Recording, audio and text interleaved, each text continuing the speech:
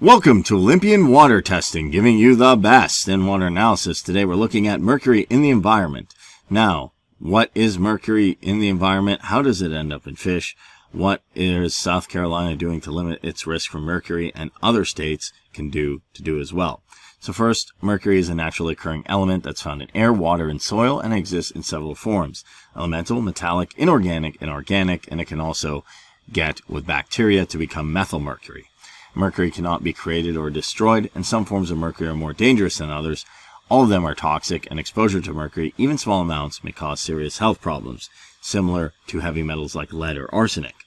And mercury is released in the environment from many sources, and mercury becomes airborne when rocks erode, volcanoes erupt, soil decomposes, then it circulates in the atmosphere and is redistributed. But there's also human activities such as burning coal, oil, natural gas, burning household trash, mining, that add mercury to the environment. Once in the air, mercury falls to the ground with rain and snow, laying on soil or water bodies, causing contamination.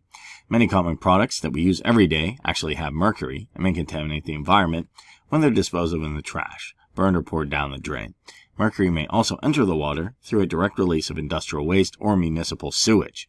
Mercury may enter the air when products containing mercury break and release vapors. Coal-burning power plants are the largest human-caused source of mercury emissions to the air in the United States. Nationwide, they account for more than 40% of human-caused emissions, according to the U.S. Environmental Protection Agency. There are 5 coal-burning power plants in South Carolina that emit mercury, and another 219 Title V major source facilities that emit mercury. Mercury can also be released in the environment when older vehicles are crushed, shredded, or melted in steel furnaces.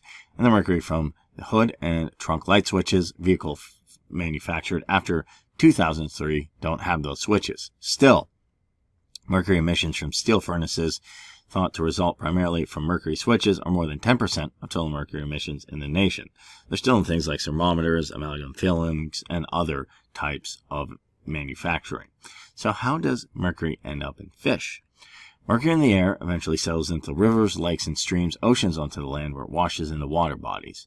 It is important to know that mercury can settle locally or be carried across continents by the wind. So it can actually go to other continents as well. In water bodies, mercury can be transformed by the natural process into a more toxic form of mercury called methylmercury, a type of organic mercury. Methylmercury is absorbed by small organisms that are in turn eaten by fish and animals that eat fish. Methylmercury builds up or accumulates in fish, some more than others. The level of methylmercury in fish depends on what they eat, how long they live, and how high they are in the food chain. Sharks and swordfish, for example, have higher methylmercury concentrations than fish. They're lower on the food chain. The most common way people are exposed to mercury is by eating fish containing methylmercury, and methylmercury cannot be removed by cooking or cleaning the fish. Mercury may be detected in fish by smell or appearance, and pregnant women who eat contaminated fish can pass that into unborn children who are very sensitive to its toxic effects. So, what is a state doing to limit risk from mercury, and what can other states do? The Department of Health collects about 1,800 fish samples annually to test for mercury. Higher amounts of mercury in fish tend to occur in the coastal plain rather than the pediment.